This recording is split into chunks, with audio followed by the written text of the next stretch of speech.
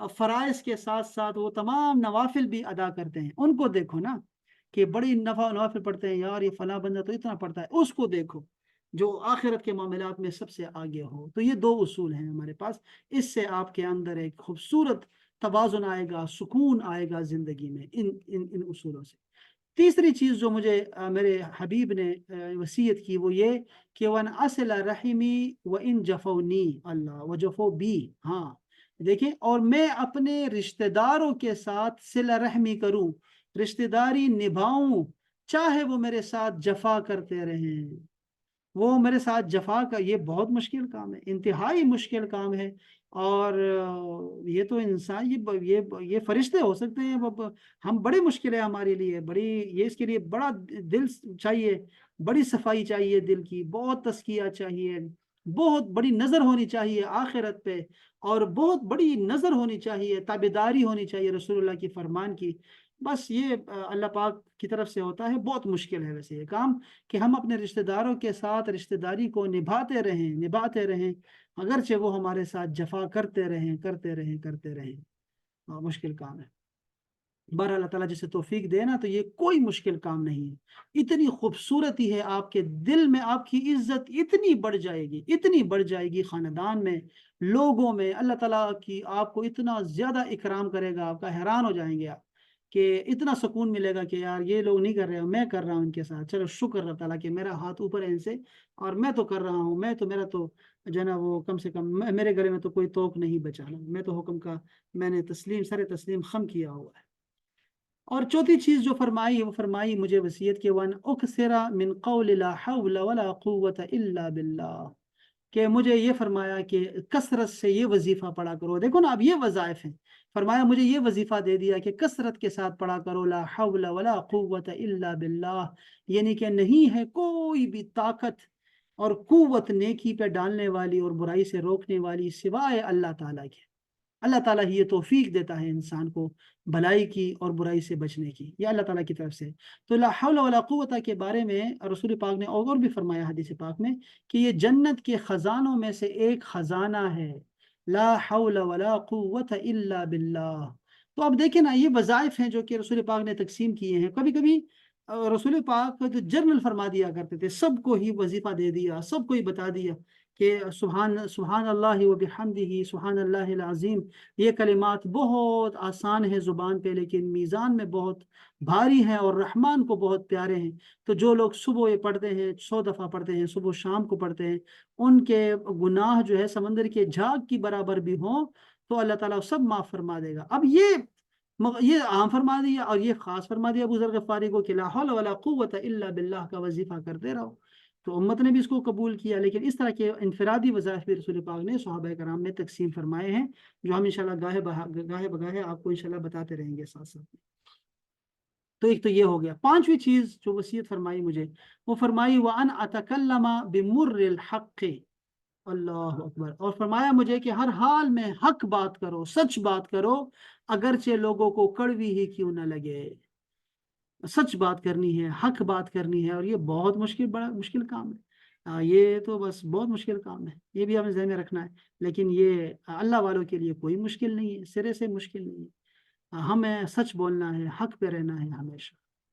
چھٹی چیز جو فرمائی وَلَا تَأْخُذَنِي فِي اللَّهِ لَوْمَةَ لَائِمٍ، اور اللہ تعالیٰ کی اطاعت میں کسی کی ملامت، یعنی کسی کی ملامت میں نہ آ جاؤں، کسی ملامت کرنے والے کی ملامت سے میں نہ ڈروں، کسی کی ملامت، کسی کی باتیں جو میرے خلاف کرتا ہو اللہ تعالیٰ کی اطاعت کے دوران، میں جو اللہ تعالیٰ کی اطاعت کر رہا ہوں اس کے بارے میں اگر مجھے کوئی کہتا ہے کہ یار یہ بڑا دیندار پھرتا ہے، او یار یہ بڑا حاجی ہے، یا یہ فلاں لوگ مجھے کہیں، تو میں جو ہے وہ کسی کی باتوں کو خاطر میں نہ لاؤں، بالکل بھی نہیں۔ یہ مجھے وصیت فرمائی رسول پاک کہ اللہ تعالیٰ کے معاملات وہ اللہ کے ساتھ رہو، اللہ تعالیٰ کی اطاعت میں مخلوق کی جو ہے وہ بات نہیں ماننی، اللہ تعالیٰ کی اطاعت میں آپ نے کسی کی نہیں ماننی۔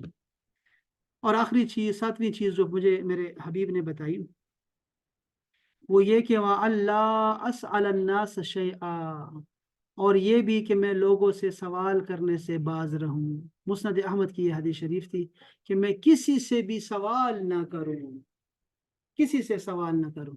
یہ بہت اہم ہے کہ یہ سوال نہ کرنا، یہ بھی بہت مشکل کام بتا دیا اس درویش صحابی کو، اتنا مشکل۔ یہ ترک دنیا کی باتیں ہیں نا، سوال کے بغیر ہمارا معاشرہ کیسے چلے گا؟ ہم لوگ بڑے محتاج ہیں ایک دوسرے کے، معاشرتی حیوانات، ہم حیوان ہیں، ہم لوگ اس معاشرے میں رہتے ہیں، اور اس لیے رسول پاک نے قرض کو بھی سنت بنایا ہمارے لیے، اور ہم ایک دوسرے کی مدد کریں گے، وہ جانی بھی ہو، مالی بھی ہو، وہ زبانی بھی ہو سکتی ہے، تو ہم لوگ تو مدد کریں گے ایک دوسرے کی۔ یہ صحابی، اس کے بعد انہوں نے کبھی کسی سے سوال نہیں کیا، عام سوال بھی نہیں کیا کہ یہ ذرا بوجھ اٹھا کے میرے سواری پہ تو رکھ دیں، اتنا بھی کسی سے نہیں کہا، کسی کو یہ نہیں کہا کہ یہ چیز اٹھا دیں مجھے ذرا، یہ بھی نہیں کہا کسی کو اس کے بعد کہ مجھے سوال نہیں کرنا لوگوں سے۔ شیئن کا مطلب تھا کہ کوئی چیز نہ مانگو، یہ جو آخر میں لکھا ہے نا شیئن، کوئی چیز لوگوں سے نہیں مانگنا، بس یہ تو یہ انہوں نے ساری وصیتوں پہ عمل کیا، ساری وصیتوں پہ عمل کیا انہوں نے، تو ہمارے لیے بڑی اچھی وصیتیں تھی۔ ہمیں تو ویسے میں نے ایک ہی حدیث پڑھی، ابھی پڑھی ہے، یہ 125 وصیتیں ہیں، تو ہم اس کو مزید بھی انشاءاللہ تعالیٰ پڑھتے رہیں گے جتنا بھی ہمیں وقت ملتا رہے گا، ہم ایک ایک حدیث شریف پڑھیں گے۔ اس کے بعد یہ حضرت معاذ کی جو ہے خاص وصیت تھی، اس کو بھی ہم پڑھیں گے، بہت ہی خوبصورت ہے وہ بھی۔ کچھ وقت رہتا ہے تو میں آپ کے جو ہے وہ گوش گزار کرنا چاہوں گا ائمہ ستہ، جو 6 کتابیں ہیں ہمارے پاس صحیح کے احادیث کی مجموعے کی، اور یہ آپ کی غلط فہمی نہیں ہونی چاہیے کہ ساری صحیح حدیثیں وہ امام بخاری اور امام مسلم نے جمع کر دی ہیں، اس کے علاوہ کوئی صحیح حدیث کی کتاب نہیں ہے۔ یہ غلط فہمی ہے، جہالت ہے، اور کوئی بھی پڑھا لکھا آدمی کبھی یہ بات نہیں کر سکتا، کبھی بھی کوئی بات نہیں کر سکتا۔ امام بخاری یا بخاری شریف کی رٹ لگانے والا، اس کو یہ نہیں پتا ہوتا، بہت ساری باتیں نہیں پتا، اس میں سے ایک یہ بھی ہے کہ امام بخاری کا اپنا قول ہے کہ مجھے 1,00,000 احادیث یاد ہیں، تو 4,500 احادیث، 4,000 احادیث ہیں ساری بخاری شریف میں، تو باقی جو 96,000 احادیثیں ہیں وہ کہاں سے ہم لیں گے؟ وہ باقی کتابوں میں بکھری ہوئی پڑی ہیں، تو ہم وہ لوگ باقی کتابوں سے لیتے ہیں۔ علماء کرام سے پوچھا کریں، وہ آپ کو صحیح بتایا کریں گے کہ ساری کتابیں جو ہیں وہ احادیث صحیحہ سے بری ہوئی ہیں۔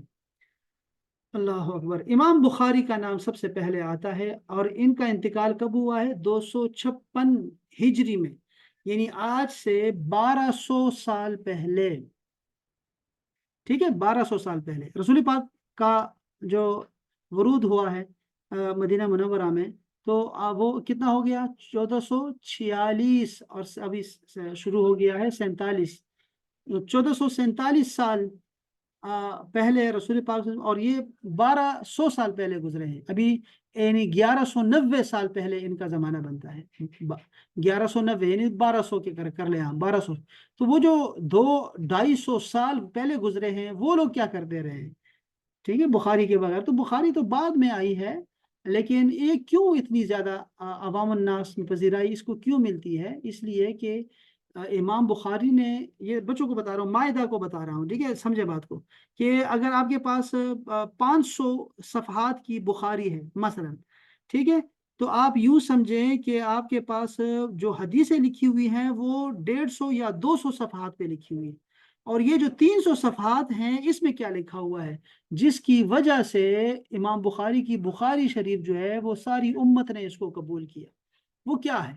وہ نام ہیں، لوگوں کے نام ہیں، اساتذہ کے نام ہیں، شخصیات ہیں، کہ امام بخاری تک یہ حدیث شریف کیسے پہنچی ہے۔ بس وہ جو سند ہوتی ہے، جس کو ہم سند بولتے ہیں، شخصیات کا نام ہوتا ہے۔ امام بخاری کہتے ہیں میرے استاد نے یہ فرمایا، ان کے استاد نے فرمایا، ان کے استاد نے فرمایا، رسول اللہ تک پہنچ جاتے ہیں، ٹھیک ہے، تو اس میں جو ہے اس کی وجہ سے، ان ناموں کی وجہ سے بخاری کو جو ہے اعلیٰ مقام ملا ہے، اس سند کی وجہ سے۔